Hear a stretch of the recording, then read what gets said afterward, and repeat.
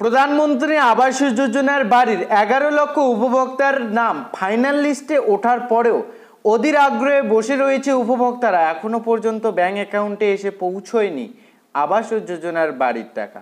তবে এই মুহূর্তে আবাস যোজনার বাড়ির টাকা নিয়ে বড়সড় একটি সুখবর রাজ্য সরকারের তরফে দেওয়া হয়েছে।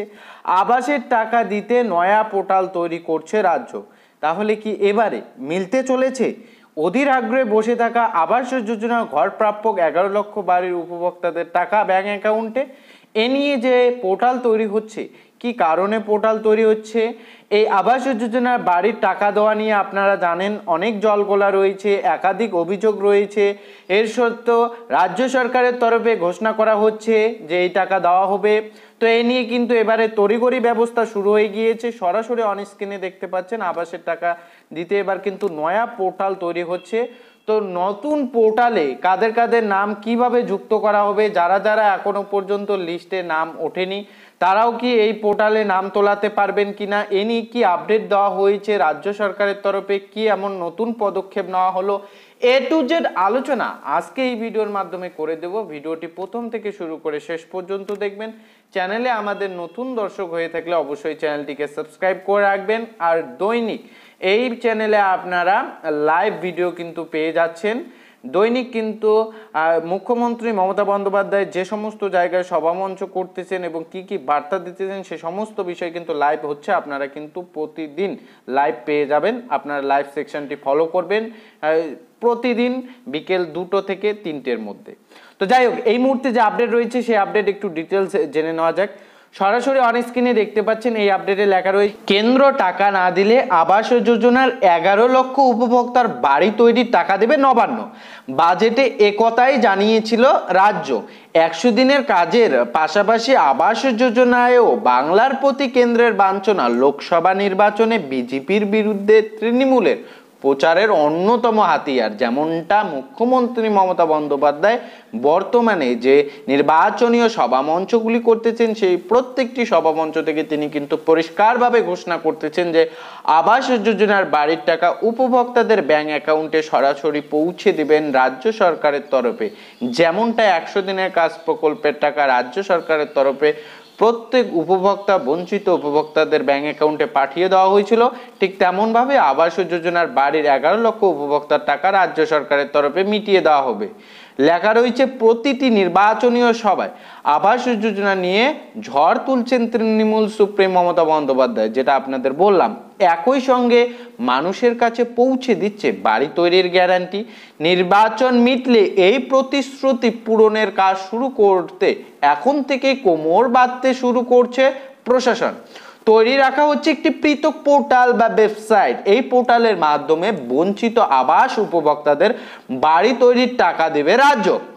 এক আধিকারিক জানান, এই প্রকল্প পূর্ব ঘোষিত, ফলে নির্বাচনের সময় প্রস্তুতির কাজ চালাতে কোনো বাধা নেই।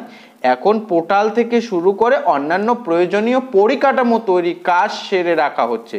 ভোট মিটলেই যাতে কাজ শুরু করে দিতে পারা যায় তার জন্য প্রস্তুতি সেরে রাখছে সরকার। 2022 সালে ডিসেম্বর মাসে কেন্দ্র 11 লক্ষ বাড়ি তৈরির প্রশাসনিক সম্মতি দেওয়া রাজ্যব্যাপী উপভোক্তাদের যাচাই পর্ব চালায় পঞ্চায়েত দপ্তর। তখনই তৈরি হয় চূড়ান্ত তালিকা। তাহলে তালিকাভুক্ত উপভোক্তাদের অ্যাকাউন্টে টাকা পাঠানো ছাড়া ভোট মিটলে আর নতুন কি কাজ থাকতে পারে রাজ্য সরকারের? সূত্রের খবর, টাকা দেওয়ার আগে ফের একবার উপভোক্তাদের বর্তমান পরিস্থিতি যাচাই করে দেখা হবে। কারণ শেষবার যাচাইয়ের পর কেটে গিয়েছে প্রায় 1.5 বছর। এই সময়কালে অনেকেই টাকা পয়সা জোগাড় করে বাড়ি তৈরি করে ফেলেছে, অনেকে হয়তো অন্যত্র চলে গিয়েছে। এসব দিক খতিয়ে দেখে তবেই টাকা ছাড়া হবে, যা যথেষ্ট সময় সাপেক্ষে। সে কারণে ডিসেম্বর মাসে রাজ্যব্যাপী তৈরির প্রথম কিস্তির টাকা ছাড়বে বলে জানিয়েছেন মমতা। সূত্রের খবর, এই পোর্টালে কার্যকারিতা নিয়ে কয়েক দফায় বৈঠক সেরে ফেলেছেন পঞ্চায়েত দপ্তরের আধিকারিকেরা। প্রশাসনিক মহলের ব্যাখ্যা, বর্তমানে মোদি মমতা গ্যারান্টি নিয়ে সরগরম রাজ্য রাজনীতি।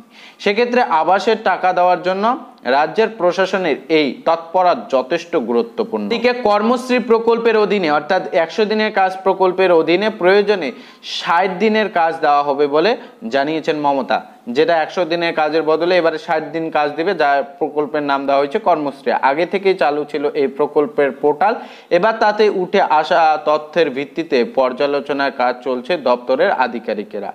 মূলত এই আপডেটে পরিষ্কার দেখতে পাচ্ছেন এই যে একটি পোর্টাল, আবাসের টাকা দেওয়ার জন্য যে একটি পোর্টাল তৈরি করা হচ্ছে, এটা সম্পূর্ণরূপে রাজ্য সরকারের তরফে তৈরি করা হচ্ছে।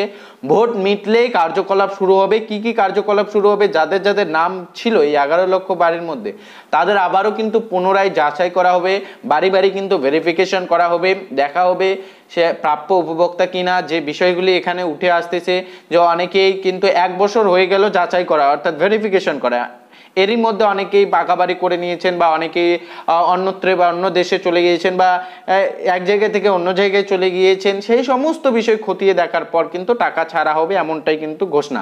পোর্টাল তৈরি করার কাজ এটাই থাকবে যে পুনরায় ভেরিফিকেশন করে আবারও কিন্তু নতুন করে এই পোর্টালে নাম তুলবে। যেহেতু এটি রাজ্য সরকারের পোর্টাল, রাজ্য সরকারের পোর্টালে যাদের যাদের নাম ফিক্সড থাকবে তারাই ব্যাংক অ্যাকাউন্টে টাকা পাবে। এই মুহূর্তে যে আপডেট পাওয়া গিয়েছে সেই আপডেট মোতাবেক আপনাদের পরিষ্কার জানিয়ে দিলাম।